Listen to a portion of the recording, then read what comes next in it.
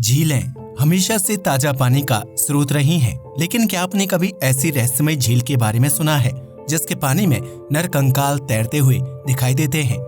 इस झील को रूपकुंड के नाम से जाना जाता है, जिसके पानी में 500 से ज्यादा नर कंकाल देखने को मिलते हैं और यह नर कंकाल देखते ही देखते गायब भी हो जाते हैं। आखिर क्या है रूपकुंड झील से जुड़ा रहस्य, आइए जानते हैं इस वीडियो में। रूपकुंड झील क्यों है रहस्यमयी? अगर आप ट्रैकिंग का शौक रखते हैं तो रूपकुंड ट्रैक एक बेहतरीन एक्सपीरियंस साबित हो सकता है, लेकिन इस ट्रैक को पूरा करने वाले ज्यादातर लोग रूपकुंड झील को देखकर सदमे में आ जाते हैं, क्योंकि गर्मी के सीजन में जब झील का पानी पिघलता है तो उसकी सतह में मृत इंसानों की हड्डियां और खोपड़ी तैरते हुए दिखाई देती हैं। रूपकुंड झील उत्तराखंड के चमोली जिले में स्थित है, जो हिमालय की गोद में समुद्र तल से लगभग 5020 मीटर की ऊंचाई पर स्थित है। इस झील के आसपास चारों तरफ ग्लेशियर और बर्फ के पहाड़ मौजूद हैं, जहां सर्दी के सीजन में इतनी बर्फबारी होती है कि पूरा इलाका बर्फ से ढक जाता है। इस वजह से रूपकुंड झील कई सालों से इंसानी आंखों से दूर रही थी, जिसे सबसे पहली बार 1942 में नंदा देवी नेशनल पार्क के फॉरेस्ट रेंजर हरि किशन मधवाल ने ढूंढा था। इस झील के पानी में फॉरेस्ट रेंजर को कई नर कंकाल दिखाई दिए थे, जिसकी खबर जल्द ही ब्रिटिश अधिकारियों को दी गई थी। उस समय भारत ब्रिटिश शासकों के अधीन था, इसलिए अंग्रेजों को लगा कि जापानी सैनिक भारत में घुसपैठ करने की कोशिश कर रहे थे और इस दौरान झील के पानी में डूबने की वजह से उनकी मौत हो गई। लेकिन जब झील में मौजूद कंकालों के सैंपल इकट्ठा किए गए तो पता चला कि वह कंकाल कई साल पुराने हैं और उनका जापानी सैनिकों से कोई संबंध नहीं है। रूपकुंड झील की गहराई सिर्फ 3 मीटर है, इसलिए जब गर्मी के सीजन में झील का पानी पिघलता है तो सारी इंसानी हड्डियां सतह पर तैरते हुए दिखाई देने लगती हैं। शोधकर्ता इन नर कंकालों से जुड़े सभी तथ्यों का पता लगाने में विफल रहे हैं, क्योंकि अब तक ये पता नहीं चल पाया है कि हिमालय के बीचों बीच इस झील में इतनी भारी संख्या में इंसानी हड्डियां कब, क्यों और कैसे आईं। वहीं स्थानीय लोगों का मानना है कि यह नर कंकाल कन्नौज के राजा जसदवल और उनकी पत्नी रानी बलम्पा और शाही नौकरों के हो सकते हैं, क्योंकि एक बार राजा अपनी प्रेग्नेंट पत्नी और नौकरों के काफिले के साथ मां नंदा देवी के दर्शन करने के लिए जा रहे थे।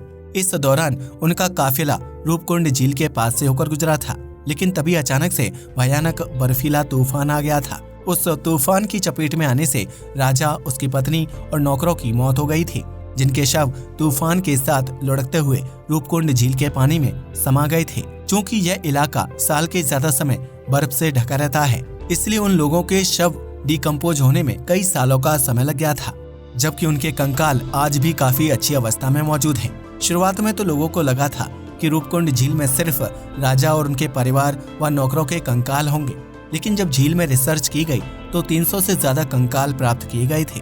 शोधकर्ताओं का मानना है कि यह सारे कंकाल एक वक्त या समुदाय से ताल्लुक नहीं रखते हैं, क्योंकि कई नर कंकालों की आयु अलग है।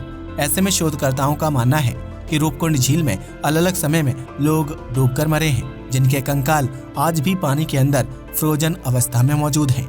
वहीं कुछ शोधकर्ता ऐसे भी हैं जिनका ये मानना है कि यह लोग हिमालय में रहने वाले किसी समुदाय से ताल्लुक रखते थे, जो किसी महामारी या बीमारी की वजह से मर गए थे और उनके शव रूपकुंड झील में फेंक दिए गए थे।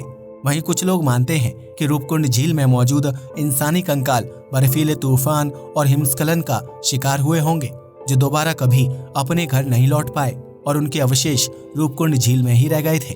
साल 2004 में इन नर कंकालों के डीएनए की जांच की गई थी, जिससे यह पता चलता है कि यह कंकाल 12वीं से 15वीं शताब्दी से ताल्लुक रखने वाले इंसानों के हो सकते हैं। इन कंकालों की जांच से पता चलता है कि कुछ लोगों की खोपड़ी में चोट के निशान मिले हैं, जो इस बात की तरफ इशारा करता है कि उनके सिर में कोई भारी गेंद या फिर बर्फ का गोला गिरा होगा और इस वजह से उनकी मौत हो गई थी। कुछ स्थानीय लोग मानते हैं कि रूपकुंड झील के पास एक बार अचानक से भयानक ओलावृष्टि हुई थी, क्योंकि स्थानीय देवी बाहरी लोगों के रूपकुंड आने और वहां गंदगी फैलाने से काफी नाराज हो गई थी। ऐसे में देवी मां ने हिमालय की सुंदरता में खलल डालने वाले लोगों को सजा देने के लिए ओलों की बरसात कर दी थी और उन ओलों के संपर्क में आने से कई लोगों की मौत हो गई थी। वहीं एक रिसर्च से पता चलता है कि साल 2004 में रूपकुंड झील के पास अचानक से भयानक ओलावृष्टि हुई थी, जबकि मौसम विभाग को ओलावृष्टि से संबंधित कोई जानकारी नहीं थी। हालांकि वर्तमान समय में भी रूपकुंड झील ट्रैकर्स के लिए एक पर्यटन स्थल बना हुआ है, जहां हर साल गर्मी के सीजन में लोग ट्रैकिंग करने के लिए जाते हैं। लेकिन आज तक कोई भी वैज्ञानिक सटीक रूप से ये नहीं बता पाया है कि रूपकुंड झील में मौजूद इंसानी कंकाल क्यों, कब और कैसे आए थे। अब तो आप समझ ही गए होंगे कि भारत में किस लेक को कंकालों की झील के नाम से जाना जाता है और इसका रहस्य आज तक क्यों नहीं सुलझ पाया है। आज के लिए बस इतना ही। वीडियो पसंद आया हो तो इसे लाइक और शेयर करें। धन्यवाद।